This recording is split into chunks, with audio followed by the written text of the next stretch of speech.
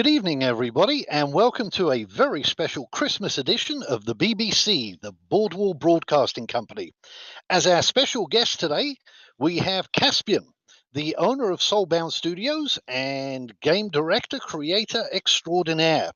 Seeing that this is a special Christmas edition, I will be playing the part of Scrooge, and we'll be looking a little bit at, COE past, COE present, and COE future. We refer to him, I guess, for this stream as Father Caspian to put him in the mode. And I guess I'd like to start off with a couple of questions of you, Caspian, just so that people get to know you a little bit who might not be familiar with you. Sure, absolutely. Basically, give us you don't have to give the exact age, but a rough idea of your age, when you first started gaming, and if you were stuck on an island and could only play one video game, which video game would that be and why? Okay, well, starting with my age, I am late 30s. We'll go with that. And I first started playing video games in the early 80s. I played Amiga and Commodore and Intellivision. And then I got my official start, I guess, with Nintendo. That was the first console that I owned, was the Nintendo Master System. And I actually, a bit of trivia, I didn't own a computer until I was almost in my teens. Most of my childhood was on consoles, but within about a year or 2 years of getting my first PC, I was already programming video games. So for me, video game playing on a PC and programming video games have always kind of been the same thing. Cool.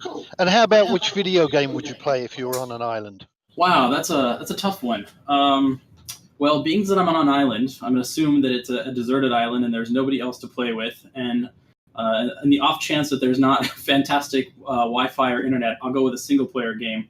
I think the game that I have played the most in my life is Mortal Kombat 2. And so I would probably want to play that just because I've got so many hours invested in it and I'm good at it and it's fun. But barring that, I would go with probably Civilization, one of them. I don't know which. They all kind of interest me, but for that, I think the main reason is that there's just so much replay value to a game of Civilization between, which civilization you want to start as and what win condition you want to pursue. And so if I was stuck on a deserted island and I could only play one game forever, I would say either Mortal Kombat or Civilization. Cool. Excellent choice. Let me see. How about a little bit of a trick one? Describe yourself in just 3 words. 3 words. Well, I'm definitely a gamer. Many people have seen me play League of Legends or Heroes of the Storm or Overwatch. So even in my late 30s, I'm still actively a gamer.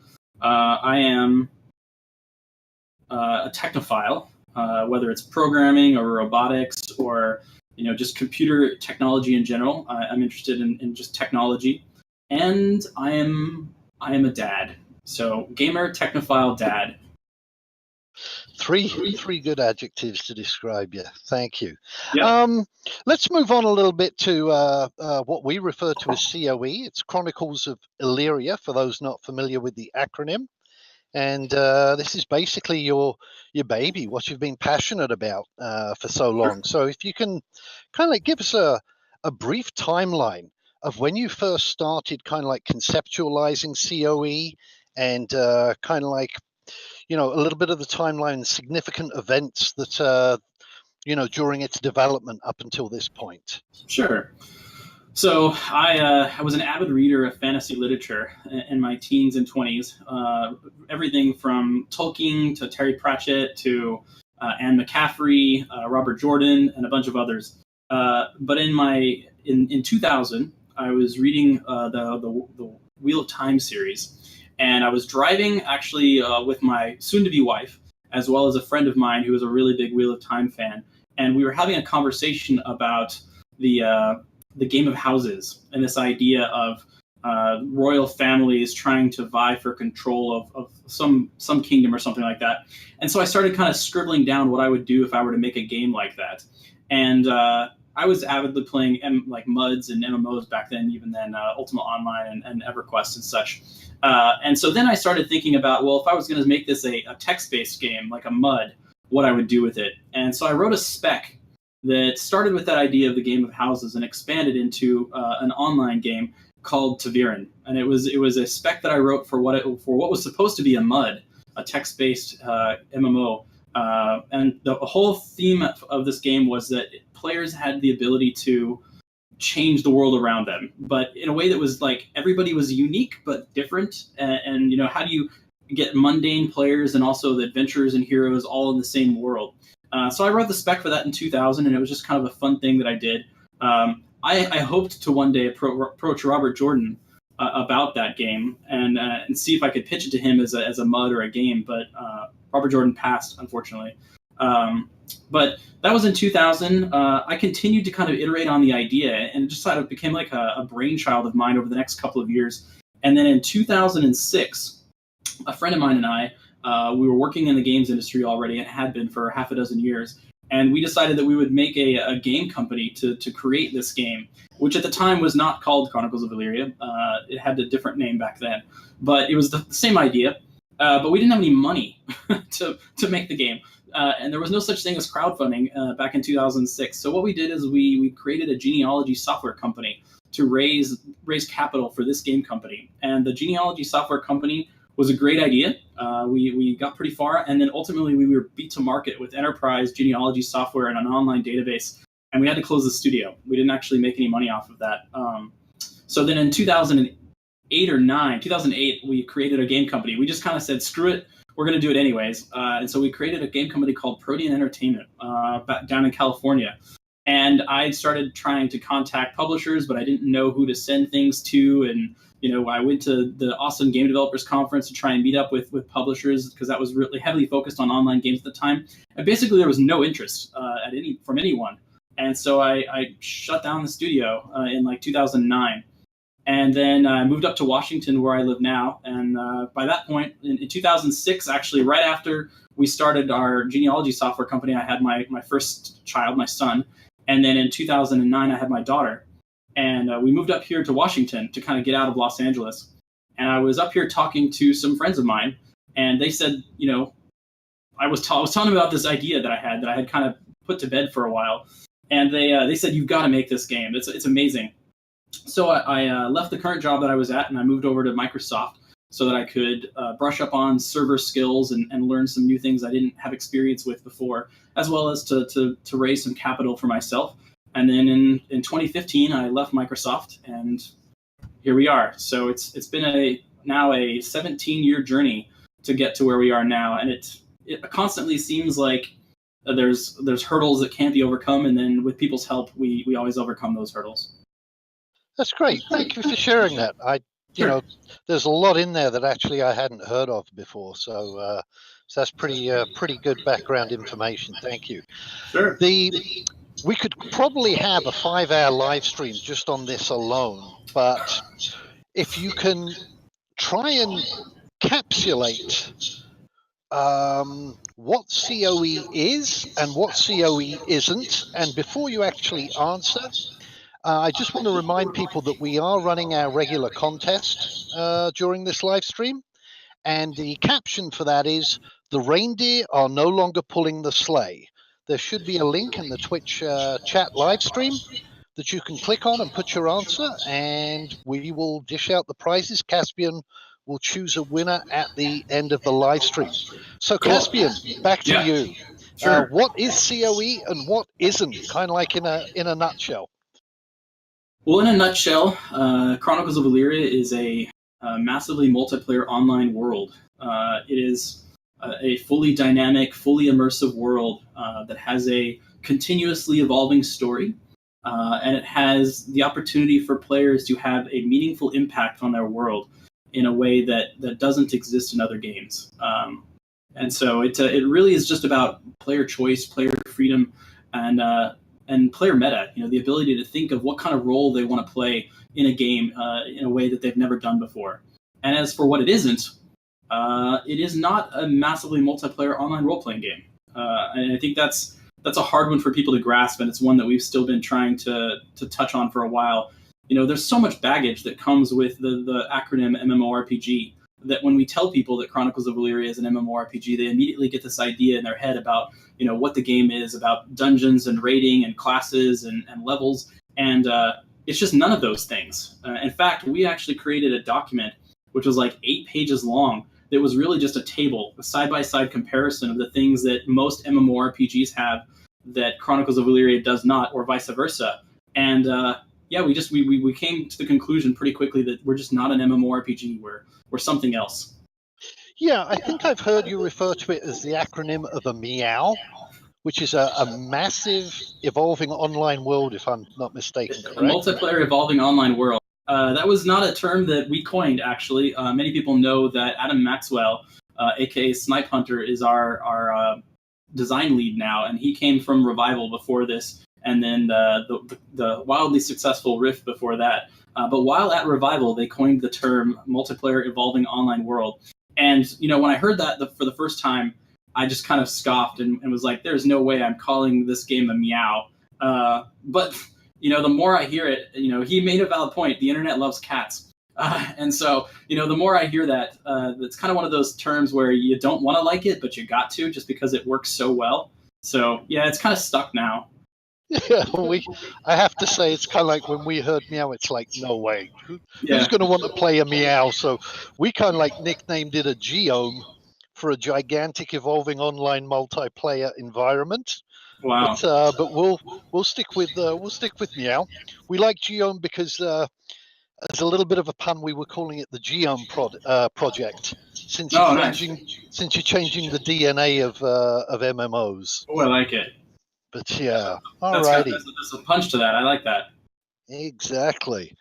So, can you tell us a little bit about the financial model that you're looking at doing? And this will kind of like, if you can explain a little bit about, characters dying. That's something that turns a lot of players off initially, I think, because they're just they can't get their heads around initially around that concept of that your character dies and soul sparks, etc.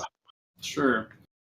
So how much time do I have here? Do I have time to tell you why we chose the business model that we did? Sure. Okay.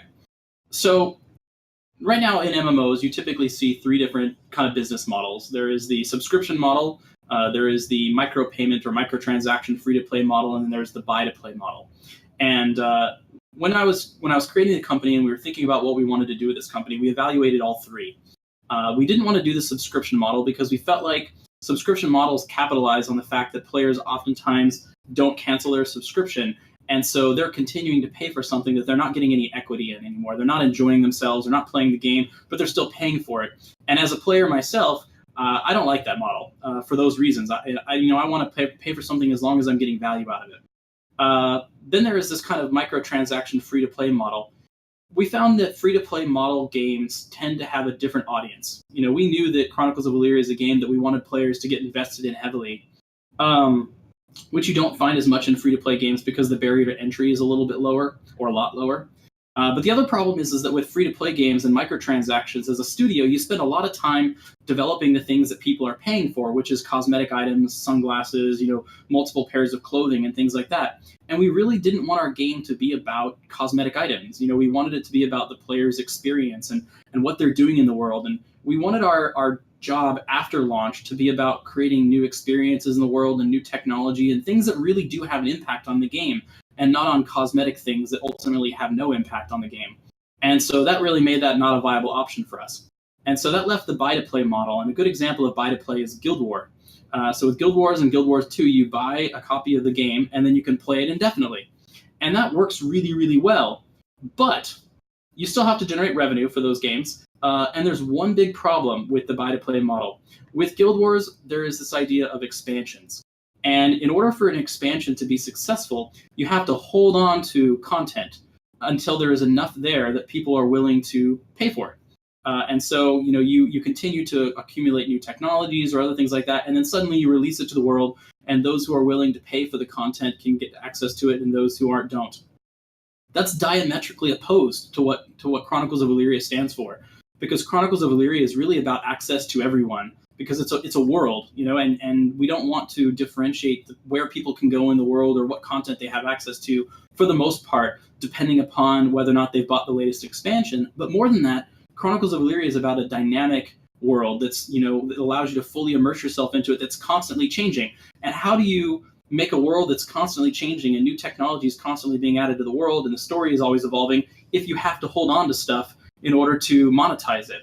And so we really liked the buy-to-play model, but we found that it just didn't work for Chronicles of Elyria. And so we thought about it for a long time. And what we realized is that we still wanted to be buy-to-play, but what we couldn't do is we couldn't charge people for the content, because that's more the traditional model. What we could charge people, though, is for the time in which they got to play.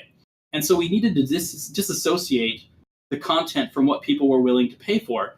And when we thought about it, when we thought about the family system and how there's this concept of multiple lives and reincarnation, it just kind of made sense to us that what we'd be monetizing would be a lifetime, a lifespan, a single life and a single generation. And so, people get an opportunity to play. They buy a Spark of Life, and that allows them to play. And it's very similar to the old arcade model, where you put a coin or a token into the arcade machine, and as long as you win, as long as you're able to succeed, you get to keep playing. But only when you lose do you have to then put in more money. And we really liked that idea because it meant that the players who were a part of the core economy, they were the crafters and gatherers, and so they weren't taking a lot of risks, but they're vital to the economy. They get to play for a long time. But then the heroes, the adventurers, the people who are going out into the wild and taking a lot of risks, if they're not good at that, if they're not making good decisions, or if they're not properly prepared, then they're slowly shaving off a part of their life, one death at a time. And as to why we went with this kind of permadeath type model, there's a lot of reasons that we want permadeath, but we also wanted it to be palatable to players. And so that's why we went with this idea that each time you die in the world, not become incapacitated, but actually get coup de grace or receive this idea of mortal wounds. We did that so that it wouldn't feel like it was all happening at once. You don't die once and then it's over. You've got opportunity and room to make mistakes because there still needs to be learning done. And we're often compared to games like Dark Souls, and we are a little bit more hardcore than a lot of other games, but we don't want to be that hardcore. We don't want to punish the players for being new. We want to punish them for making mistakes so that they learn to be better, but we don't want to punish people for just trying something new. That makes total sense. I have to say that I'm kind of like a skeptic by nature. And, when I first read it, I was like, this doesn't sound right. But I think it didn't sound right to me more just because I was unfamiliar with it rather than there was actually anything wrong with the mechanics. And the more that I looked at it, it's way less expensive than a subscription model of $14.99 a month or something like that. So it makes complete sense. While we're still on the subject of finances, something that I wanted to touch on that I've noticed crop up in the forums, it comes up, it seems like every month or every 2 months. You're funded kind of like through, or the initial funding was through yourself and then via a Kickstarter program. And some of those Kickstarter pledge levels go up to $10,000. And in fact, a number of members of the community have pledged even more than that. And there is this recurring kind of like, it keeps coming up that it's pay to win. How would you address the pay to win concern? And, how is this for somebody who just basically starts off with the basic game package and a Spark of Life? How does this all play into it? Sure. The best way is to make a parallel to what the play experience is for most people in most games. In most MMOs, you're going to join the game at some point, not necessarily on launch day, but at some point. And when you get into the game, there are going to be people who've been playing longer than you, and so they're going to have potentially better equipment than you, and they may have bought a house already and things like that. And so they started longer than you. They started before you, then playing longer than you. Technically they started paying their subscription earlier than you. So in some ways they paid to win, because had they not started paying an account earlier than you, they wouldn't be any further along than you. But also when you get into those games, you have to interact with merchants. You have to buy things from NPC and PC traders, and you have to go to the skill trainers in order to train up skills and things like that. There are NPC noblemen and other things inside of the game. And so your experience is all about interacting with these NPCs and interacting with these players who have stuff that you don't. And part of the game then in any MMO is to go from a position of not having those things to a position of having them, right? That's the journey. That's the obstacle. How do you go from being a level 1 character with no equipment to become a character that has equipment? And how do you go from having no skills to having skills? And so what we've done is we've actually just taken the NPCs that normally start in a world and we've kind of removed them. They're not all gone, but what we decided to do is to put players in the place of those NPCs. And so when you come into the world, and let's say you're one of those people who, that you've never heard about Chronicles of Illyria, you come in on launch day, or even a month afterwards, it really doesn't matter. You come in on launch day, your experience is the same. You enter the world, you're going to have a family that wants you to be successful because your surname is their surname and you collaborate together to create a wealthy and successful noble house, and you're going to buy land and things like that. There will be NPCs that you talk to make transactions, but there'll also be players to trade with. You'll have skills that you need to learn, but rather than necessarily going to an NPC skill trainer, you'll go to other players to learn those skills from, and they'll become the master and you'll be the apprentice. And so the fact that other players in the world have these things doesn't make them winners. It just makes them fill a specific role in the world. They're the people who are there ahead of you to help you and to guide you and to make sure that there are trainers for you to learn the skills from. So we don't really view it as either winning or losing. We view it as them playing a specific role and helping us to build the world before launch. But we always stress that the role that these players are filling who buy these packages early on, it's really about building exposition, building out the world, helping to set the structure of the environment, the kingdoms, the counties and duchies, so that when players get into the world on launch day, there's something there that wouldn't have been there otherwise. And sometimes too, it's easiest just to tell people, for better or worse, what we're doing is we're giving control to the players to help us create. They really haven't paid to win. They've paid to build. They've paid to create the backstory, and they've paid for the opportunity to be a part of the history. It's really difficult to convince people who've heard this term pay to win. It's really difficult to convince them that Chronicles of Illyria isn't pay to win. And so this is one of those things where, we try not to make that the conversation. We try not to even bring up the conversation of, are we pay to win? Which is one of the reasons why, if you look at our store now, there's no longer the nobility tier. You can't be a courtier, you can't be a duke, you can't be a king. And in the spring or summer next year, we'll remove the aristocracy tier, and then we'll remove the gentry tier, around the time of but exposition. Around exposition, we'll move that tier. And so the idea is by the time people get into launch, the vast majority of people will all be kind of neutral, or they'll all be using one of the base packages. Because even though right now we're very much focused on the Dance of Dynasties and on the nobility and aristocracy, and even the gentry and adventurers who are engaged with us as a community right now, we still have to remember that we're a small community relative to the overall size that the game will eventually be, hopefully. With a community of active players of anywhere from 1,000 to 10,000 people, depending on the month, that still pales in comparison to the hundreds of thousands we expect on each server across the globe. So that's the other thing to keep in mind is the number of people who have the opportunity to pay to be a part of the exposition and the backstory of this game is still a small number compared to the overall number of players. Yeah, and I think that's a very valid and very important point to make. It's, I like the whole premise of it being pay to build. For example, I've backed personally fairly heavily, and you've made it very, very clear that, it doesn't matter if you bought a relatively inexpensive package or if you bought a $10,000 Monarch package. Basically, everybody that starts the game should not expect to be in possession of any of those things. They're all subject to being lost. There's no kind of like bound to character or bound to soul kind of items. So, if somebody has something that, let's say they bought a higher pledge package and they got a cloak or they got a ring or whatever the case might be, you can go and take it. If you want it, go take it. There is no pay to win in here. So it's kind of pay to be a target, really. I mean, if you are, the kings and the dukes and the counts, for better or worse, you guys are the nobility and aristocracy for which everybody else has to overthrow. And that's the game. Can you overthrow these people? It's kind of like playing tag. Somebody has to be it first, but they're not going to remain it. They're gonna tag somebody, and then the game changes. Somebody had to be the aristocracy and nobility first, but you're not going to stay there. Yeah, I can feel a target starting to throb on my forehead right now. Yeah.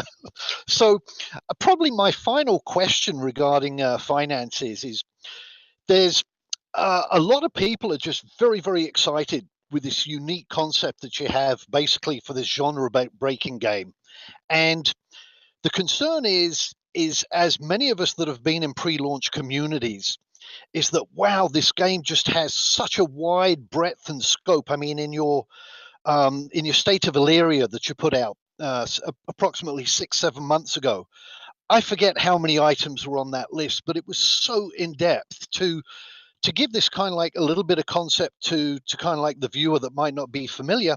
Even bees are kind of like going to be able to be bred. It's not, oh, there are beehives and you collect honey once a week.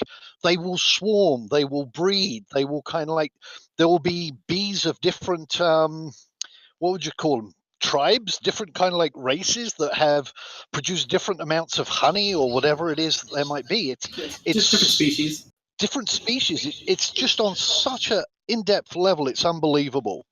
And this is what attracting a lot of people to the game. And the concern is if you get an investor in, will any of this be compromised? No, and I'm pretty confident. Many people know that we've been looking at outside investing. In fact, we started in April of this year actively pursuing investments. And over the last, I would say now 8 months almost, we've talked to some of the best, most well known publishers in the world, AAA studios. We've also talked to a handful of investors. And I'll be honest with you, we've had publishers come to us and tell us everything from your game is amazing, we just want to see it further in development, to your game is niche, we don't think it's going to be successful, all the way to we love your game, but we don't think it's going to be financially viable. So unless you add microtransactions as a way to generate additional revenue, we're not gonna fund you. And we've told everybody no, because we really do believe in the vision that we've created, and we do believe in the game that we're making. And so at this point, we are still crowdfunded. We are still looking for investors. We're still waiting to find that one person or those collection of people out there who look at the game that we're creating, the way that we're creating it, and are just in love with what we're trying to do. And we believe that that person's out there, or those people are out there. But we don't want to alter the vision in order to do that. And so, right now we do rely on the community. We are crowdfunding, and the online sales that are happening in our store, they do still sustain us. And so we appreciate that the community is still extremely loyal to us, and at every opportunity are helping us to stay up and running. But no, we have no intention of changing the vision of the game to appease a publisher or an investor. That's not the way we're going to do it. And there have been threads that have been started on the forums too, which is we would rather this game stay crowdfunded. We would rather you guys not take investors or publishers. And the reality is you know what, guys, we would rather that too. And as long as those sales keep coming through the online store, then it removes the pressure for us to do that. We never want to be put in the position where we have to make a decision. Do we, sell the studio? Do we, give it to an investor or publisher and let them do what they want with it? Versus, closing the studio, or just, continuing to rely on store sales. So as long as our revenue on the stores are high, and we're able to sustain on that, then, we are happy to continue to be crowdfunded and have complete control over the game. That's obviously great and very reassuring to hear on that. In terms of kind of like, for want of a better word, marketing exposure to the gaming community as a whole, one of the criticisms that I hear crop up frequently is, wow, these guys have been out, for quite a while now in terms of putting this game together. It's been a year or two since Kickstarter. Why don't we have more video? And I know that you have, I think you refer to it as the rope bridge method in which you're developing the game. If you could explain to us kind of like, why don't we have all this glitzy, jazzy kind of like hours and hours of footage already?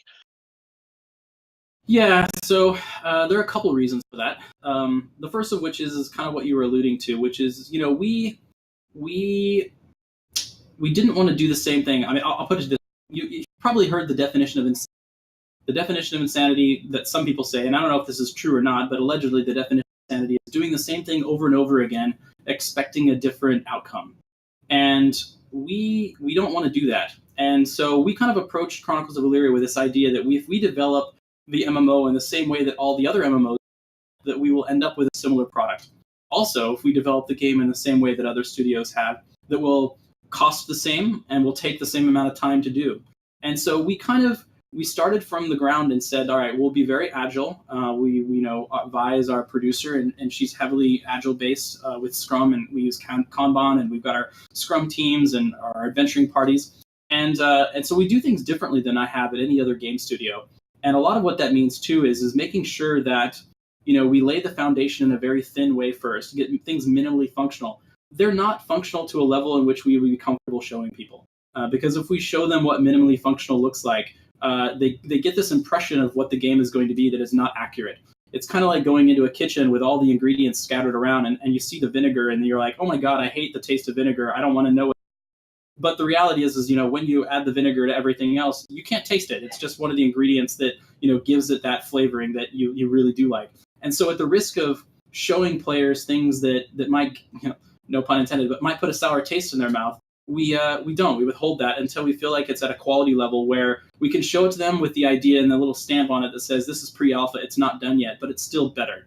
It's still something that we feel good about. And so part of it is just that there's a lot of stuff going on in the background. Whether or not it's our back-end systems, whether it's iterations on our combat system, because we know that's very important to people, whether or not it is things like the body dynamics and the aging and stuff like that. A lot of the really hard problems we've already solved, and we're showing them to players kind of in piecemeal, but until they're working together in a way that we feel really happy about, we try and hold on to that and not share it with the community.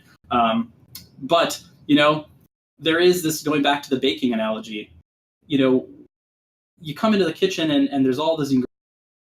It's really appetizing by that. You can't really get an idea of what's going to happen. But at some point, you get all the ingredients together and you put it in the oven. And, it's not ready yet. It hasn't risen or it hasn't baked. But very shortly after that, you can kind of start to get the smell of that cake or whatever it is that you are baking. And then, you start to really get excited about it. And your mouth starts to water and you know that it's coming. We are right now on the verge of putting it in the oven. We've got a lot of the ingredients that are at a point where it's all mixed up, and now we're just about to start baking. And we expect that very soon, early next year, people are going to start to get the smell of what this game really is. And so even though it'll be some time after that before it's fully in the hands of everyone, there's a large percentage of the community that will know what it's like at that point. And we expect people to start getting a little bit more excited about it once they know that it's coming. Excellent stuff. I think that kind of like covers our part of kind of like Scrooge of COE past and COE present. And so, let's have a little bit of a look at COE future, because a lot of people look at the timeline and they say, wow, this game isn't going to be out until late 2019. And looking at previous experiences with studios, that might not mean until 2020. And yet you have something very unique coming out in the next few months called Vox Illyria. Could you explain to us what Vox Illyria is, how that affects the development of the game, and how members of the community can actually get involved and basically, for want of a better word, interacting with COE already? Sure. So, you pointed out we're doing a lot of innovative things with this game that have never been done before. And both for us as well as for investors, that can be stressful. We don't know how successful it's going to be. And so it's really important for us to get into the hands of players as quickly as possible so that we can start getting feedback.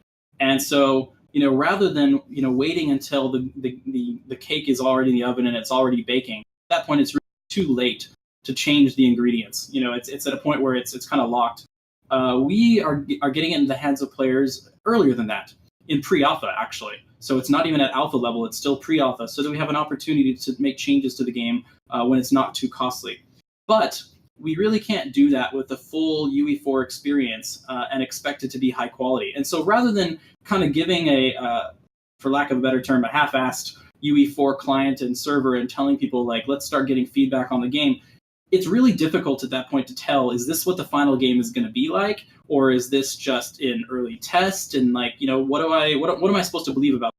So to make it absolutely clear to players that this is not the final game and that it's really for testing, we decided that we wanted it in a format that was different than our final game. And initially we had planned to do it as just like a text-based game. And then we kind of got this idea of doing it in a 2D kind of graphical top-down view. But as we started working on it, we realized that doing it in a voxel 3D format gives us the best test coverage. We can get the best feedback while also having the mechanics be as close to the final version of the game as they can be. So we don't have to do a lot of special code just for Voxeleria. And so really what we're doing is we're creating a voxel-based version of the game where the client is super lightweight, super alpha. It's not going to look super fancy, but it does allow players to get into the world at the earliest possible opportunity to start giving us feedback on what the game is. And when they first get into the world, it might only be walking around and talking. It literally might be a 3D version of Discord. It's just them doing the same things that they've been doing on our Discord server, but being able to do it in the world. But then we'll be gradually adding things to that. We'll be adding the crafting system and combat and the world interactions and social engagements and things like that, so that the players can focus on testing those things and giving us feedback on what they think about it. And that's super important to us. But that's not the only reason that we're doing it. And I think another important reason that I like to point out to people is that there have been games, in the last couple of years that overpromised and underdelivered. And I think that one of the reasons that happens is because players get a set of expectations of what the game is going to be in their mind. And then when the game finally gets launched, it doesn't meet their expectations. And so there's this big discrepancy between where they wanted the game to be and what it actually is. And so one of the reasons that we're doing this with Voxeleria is so that we can temper people's expectations. While we expect it to be fantastic, and the game is certainly going to be, I hope, everything that we've promised and everything that people are expecting, this is a checkpoint. It's an opportunity for, at the end of alpha, not at the beginning, but at the end of pre-alpha and at the end of alpha, for people to look and see what's there and go, yeah, you guys are right on track. This is the game that I expected you to make, and you guys are making good progress.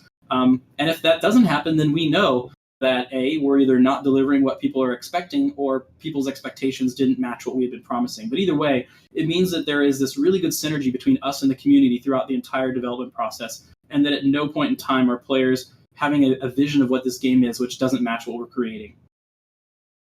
Makes complete sense. You actually preemptively answered one of what was going to be probably my next question about how you're going to manage players' expectations. How about your own expectations? How are you managing your own expectations inside the studio? Do you feel that you're going to be able to tackle that very ambitious list that I referred to a little bit earlier? It's a long list, and that's interesting. And I think the length of the list can be overwhelming sometimes. But there's this kind of like holy trinity in project development or video games, which is this kind of idea of quality, cost, and time. And they say that at any one point in time, you can only manage two of them. And the third one is always a function of those two. So you can have a product or a game that's really high quality and that is very expensive, and that will allow development to happen very quickly. Alternatively, you can have a high quality game that you want very quickly, in which case you have to hire a lot of people right away, and so it makes it very expensive. And you can also go the other way. You can have a high quality game that takes a while, and if you do that, then it lowers the cost overall. And so really what Chronicles of Elyria is about, managing that. It's about doing it in a way that allows us to make steady progress on it while not passing our budget and delivering on the quality that we want to. And so really it's just about taking the time necessary to deliver those features and not rushing it. And I think that's something that the community has said to us loud and clear. Don't rush this game. Take the time necessary in order to deliver the features with the quality that you want to. And we have a very, very high bar for quality in the studio. I, in particular, have a very high bar for quality because I have spent so much time invested in this game.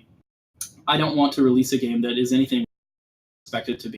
But a lot of it goes back to that road philosophy I mentioned earlier. We were able to tackle that long list because our development practices allow us to do it in a manageable way. We don't try and do everything all at once.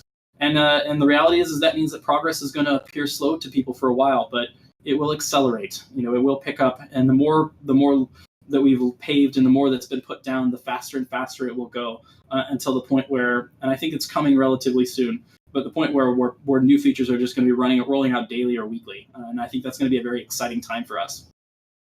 Excellent stuff. Excellent stuff. You kind of refer to a little bit there, regarding the community and the players and the feedback that you get from them, etc.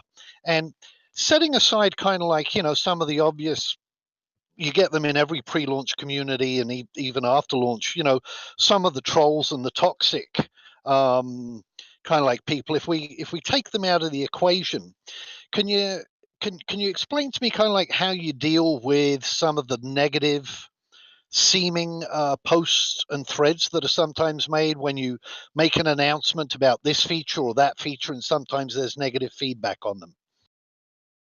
Well, it's not easy. I'll tell you that much.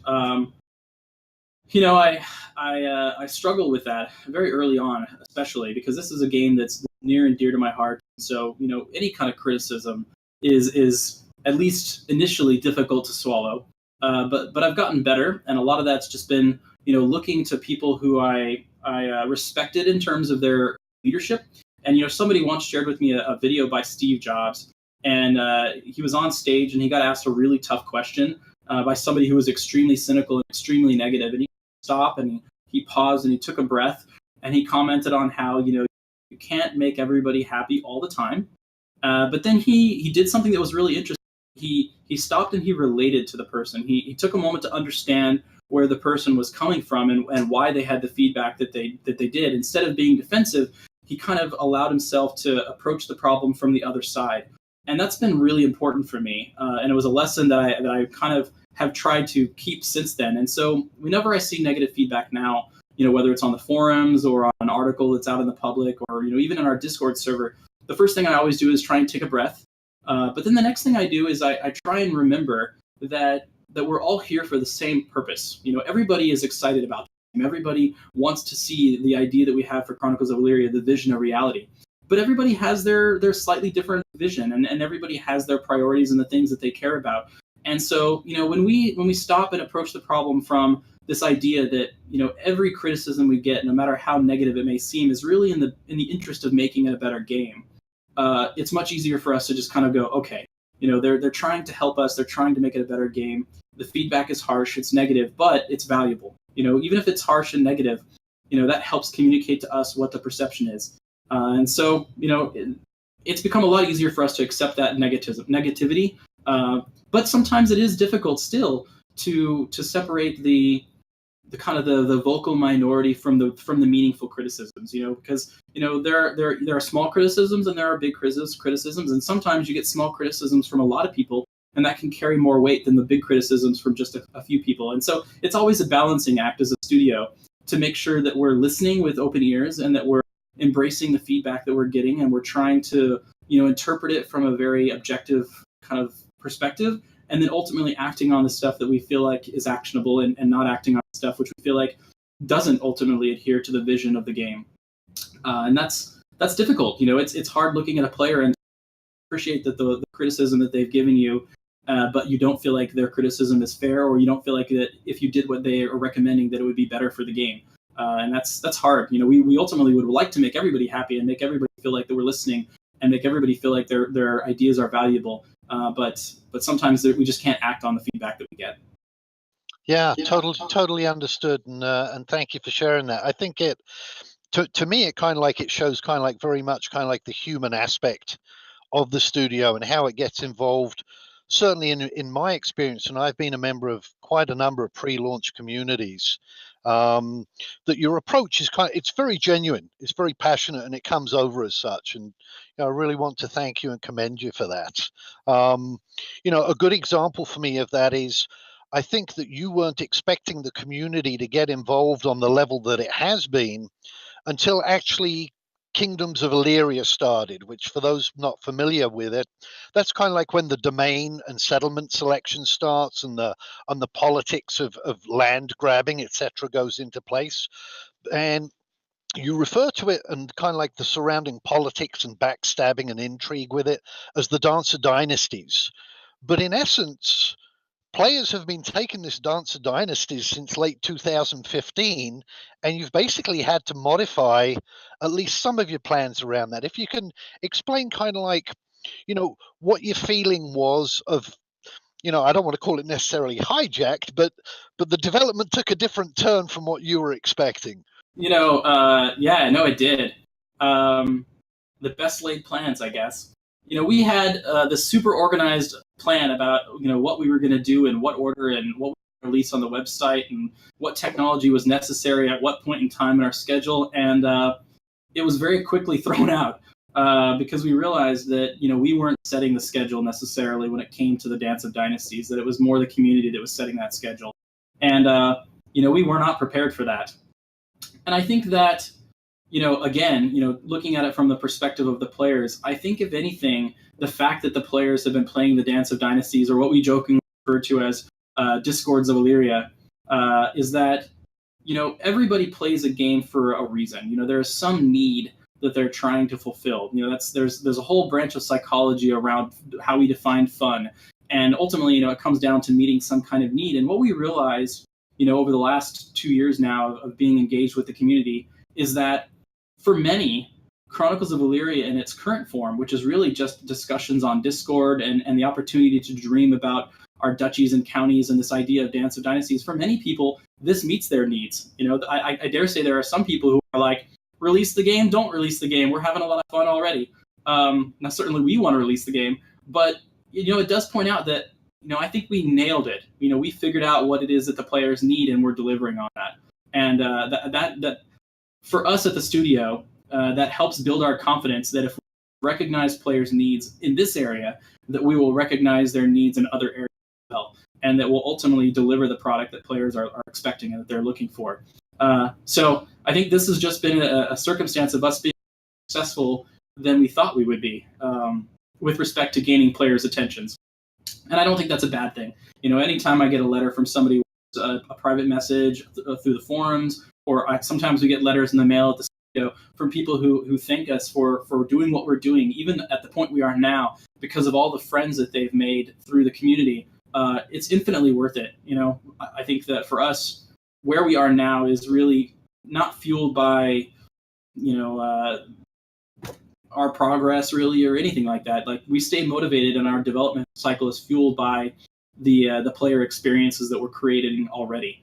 Because that's what we love to see. And anytime we get something in the mail from players, whether it's a mug or a tabard, or even just a thank you from this organization and a byline, that's an organization that may or may not have existed without Chronicles of Illyria. And so a lot of friends, a lot of relationships have been formed as a result of it. And that's exciting for us. We've got people in the studio that actually met and got married playing online games. And so the fact that we're creating similar relationships for people is exciting. And I don't know who the first married be that have met purely on Discord playing Chronicles of Illyria in Discord, but I hope to hear about it when it happens, because that's going to be very exciting for us. We already have that here in the Kingdom of Boardwall. We already have a gentleman that met a lady online. She traveled, my understanding is, from California to Georgia.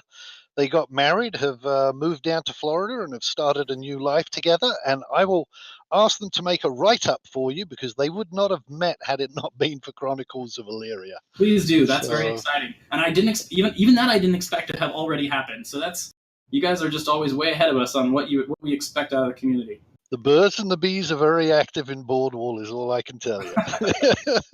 So, we kind of I have a gazillion more questions, but I know obviously, we have to respect your time and everything. Sure. Before I turn this over for you to look at some of the questions people will be putting up in chat. With it being the Christmas season and everything like that, and with you being Father Caspian, do you have a present for us in the community that you have not divulged yet that you'd be willing to do so about something that's going to be coming up or cropping up here in the next little bit for us to be excited about? Well, in the spirit of giving, I can say that the studio we've been receiving a lot of feedback from people that they would like to be able to gift each other things, EP, the a la carte items, things like that, like, being able to name a star, and it's something they don't necessarily want to do for themselves, but others. There have also been people asking for us to bring back the large EP package, and so we will be probably tomorrow putting up gifting in the store of EP and other stuff. So that's great. For those who want to use COE to help share the gift of spirit of giving. We also have a new write-up on some lore around this season, and I don't want to tease too much, but the orientation of our planets makes it so that for about 3 years, every 52 years in game, or 49 years, there is an eclipse.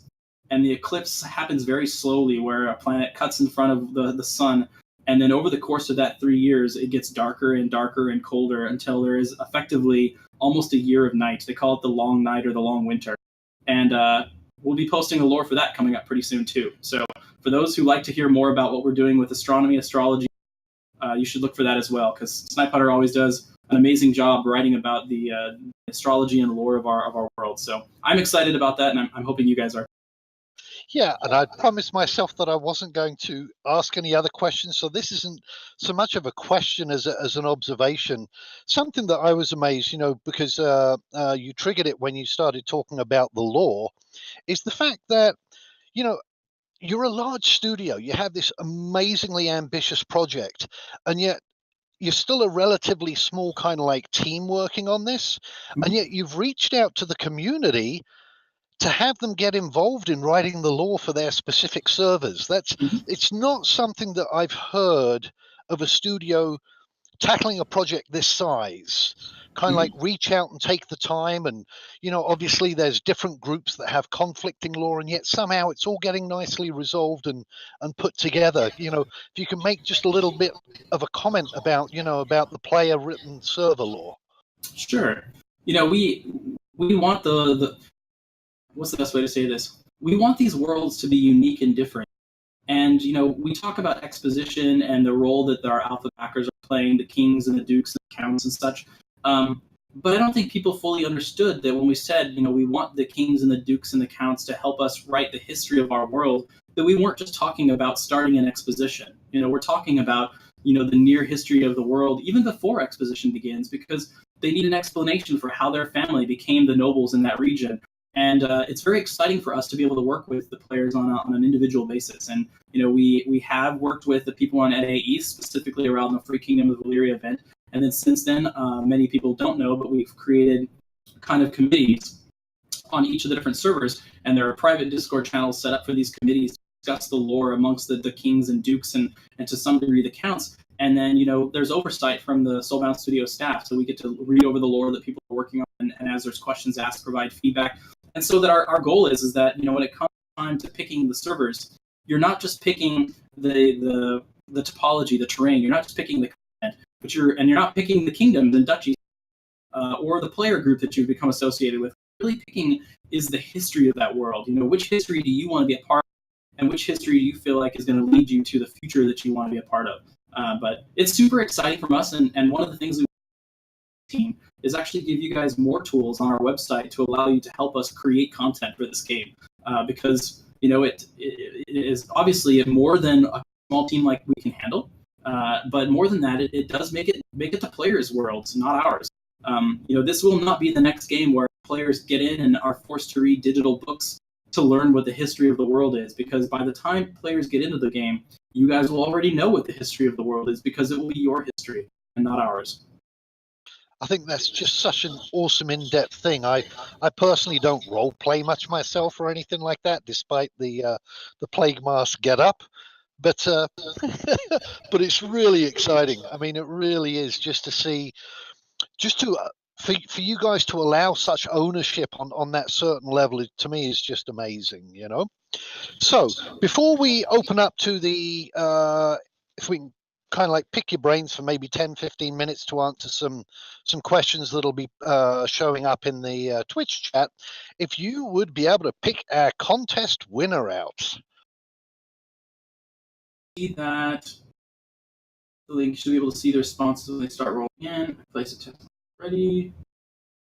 So I'm opening something up here. Thanks. All right. So I have the responses. Is that what you're? Yeah. Correct. Yeah. And if you can pick the response that you think is the most creative, humorous, or witty, or applicable, as it pertains to the code of the reindeer are no longer pulling the sleigh. So there are a lot of responses. Do I get a moment to read over these? Absolutely. Yeah, absolutely. Give me just a moment to look over this while you. Yeah, and what we can do is, if people would like to start typing their questions into the chat, what we'll do is we'll have Caspian once he has announced the contest winner, he'll go ahead and maybe pick out a couple of those questions, but we'll allow him to read the responses right now. All right.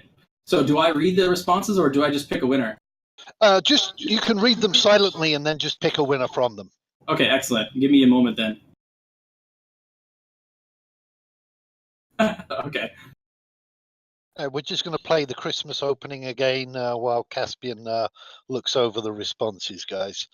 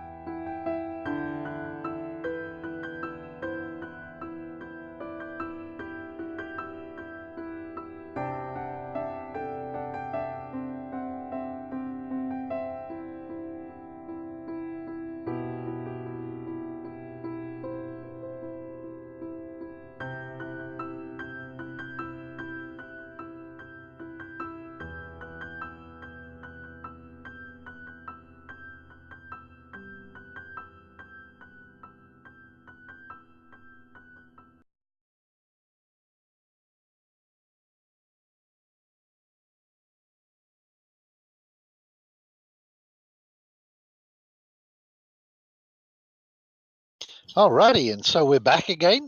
Caspian has had a chance to look through the responses. What you didn't hear was his giggling while he was offline, but we're going to ask him. I have no idea what the responses were, so we'll ask him to read out what he picked as the winner. All right. There were some really good ones, and a lot of submissions too. But the one that I thought was most appropriate, and I found the most, was the reindeer got a casus belli on Santa and have ousted him from his normal place. He's now on all fours pulling the sled while they sit back and drink rum, making him head to somewhere. That's a good one. And who was it who submitted that one? I assume that they're paired on the bottom. So it looks like it's from Kismet. Excellent. Yep. If they want to message me after the live stream is over, we'll get their prize out to them, whichever one they choose. So, Caspian, I don't actually have Twitch up at the moment just because of my poor connection and everything like that. I can't run too many things at the same time. If you'd like to pick a couple of the questions that are appearing up on the sidebar in the Twitch, if you can read the question out and then answer it. We've passed the 1 hour mark, but it would be nice if a couple of people in the community got their questions answered too. Excellent. Let me head over there. I was viewing the mirrored version on Chronicles of Illyria's Twitch channel. So let's see. All right. So there's a couple great ones. Warrior Soul's asking. So I am going to read through some of these questions. And I'll read as many of them as I can. Like I said, I wasn't on our channel. I was over on the Chronicles. I saw people's questions until now, but feel free to repost if you want to. Warrior Soul asks, is COE coming to PAX East 2018? Any plans for a player meetup, or is that to us? Unfortunately, Soulbound Studios will not be going to PAX East this year. We've been to PAX East the last 2 years. It was something that we're always very excited about. But in having two things going on simultaneously. Number one, we're actively pushing towards having Vox Illyria live, and so we really don't want to separate the team from the people here in Seattle, because that does take a lot of time and energy to fly out our team for a week. Plus, we have to make sure that everything's packed up and shipped, and we have to build our setting, and so it takes a lot of time. But then also, because we haven't gotten our publishers or investors yet, we also need to make sure that we're using our money wisely. And PAX East is an expensive endeavor that we don't want to spend the money on this year. But we still hope to be at PAX West next year, because we will hopefully be long past alpha at that point. And of course, we'll have either investors at that point, or we'll be doing well enough with everybody getting into alpha that we shouldn't have to worry about it. So no PAX East this year, unfortunately. Let's see. I look thinner. Thank you. Question: when will we be able to test the ping to the servers? Rain44 asks. As part of Vox Illyria, we'll test the ping to the servers, because we'll be floating the server to various locations, and then everybody will connect to them. So if you notice at one point in time that your ping has dropped dramatically, it might just be that, or increased dramatically. It might be that we've switched servers, and for that, let's say that for that week or two, and that'll give you an indication of what to expect if you were to play on that other server. And I presume you'll be announcing that, right? Correct. Let's see. Question from Ironside. Will you think about game server-wide name law of family names who have backed the game well beyond the amount backed by counts? That's a really good question, and it comes at a good time, because we did announce that we were going to be doing surname reservations soon. It's not something that we had thought about before. The main reason why we were locking the dukes and the kings and counts and making them server-wide rather than a single server is because of kind of brand recognition. We've got kings and dukes and counts who have been so active in the community that their surnames have kind of become synonymous with them, and we want to make sure that when it comes to those really well-known characters, that nobody's trying to compete with their identities, and that they have kind of this brand support. So it's less about being a mayor baron, and it's definitely not about how much money you spend, and it's really more just about how important your name recognition is across the game in general. Let's see. What's the secret of being hot? I have no idea, but I will let you know if I ever ask somebody that. Question: will people focusing on alchemy and medical be able to make things for diseases like products such as septicism, gentamicin, and doxycycline? I know these were not found yet. Streptomycin, sorry. The answer is yes. Actually, little known fact, Snipe Hunter and I were here over the weekend working on the skill system and locking down the different skills that will be available in the game. And I'm happy to report that there are several first aid and alchemy/medicine related ones. So that is definitely something that you will be able to do. And disease is the only survival mechanic in the game that absolutely requires some kind of medicine to treat it. The others will generally resolve themselves over time. It might kill you first, but they can, in theory, be survived. But diseases, the only way to treat them is by some kind of medicine or antibiotic. Awesome. I have a quick one if I can interject one. Sure. And it's one I think that a lot of the people in the community are excited about. You've mentioned the architecture tool, and that it's not going to be just for building. It's going to be, for shipbuilding. You'll be able to design siege weapons in it. Will we have the opportunity, if we learn how to make gears, cogs, pulleys, levers, etc., how will we be able to use those and create actually our own kind of like medieval machines in Chronicles of Illyria? That's something we had been thinking about for a while. Ultimately, we decided no. And here's why. When you start talking about pulleys and gears and things like that, you're talking about a fairly physics-heavy game, because rotational acceleration, moment, like all these physical properties which are used to define these mechanical systems require a lot of calculations on them. And so while we will have gears and stuff like that, and tinkers will have the ability to create, things like clocks and mechanical siege equipment and other things, gliders, that's still going to be recipe or pattern based. I think the idea of a game that does allow for, full physics like that. I mean, in theory, we could do the same thing with weapons, just give somebody the ability to cut out metal sheets, shape them and fold them and do whatever they want with them. But in truth, I think that's a game all on its own. There's a lot of mechanics there. It makes complete sense.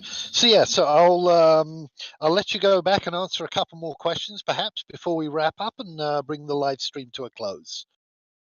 Let's see here. I'm just kind of scrolling down to see which ones pop out now because there's so many great questions. Question: in the limited version of Voxelia that you, friends, and family have the gameplay. There's actually not a lot of gameplay right now. Walk around and we have the ability to like look at our stats and we can equip some things, but there's not really a lot of gameplay mechanics in it right now. Other than that, that's not to say those gameplay mechanics don't exist. They just don't exist online yet.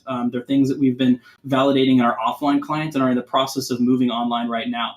And so those things don't exist in Voxelia, but we do have the ability to like parkour type stuff. Not parkour really, but we can jump on things and we can balance on things and stuff like that. So and right now, you can still push people around, which is not the way that it's ultimately going to be, but it is that way now. And so what a lot of us have been doing is just playing a game where we try and jump on the tilt in the middle of the tilt yard and balance on it, and then other people come along and jump and try and knock them off.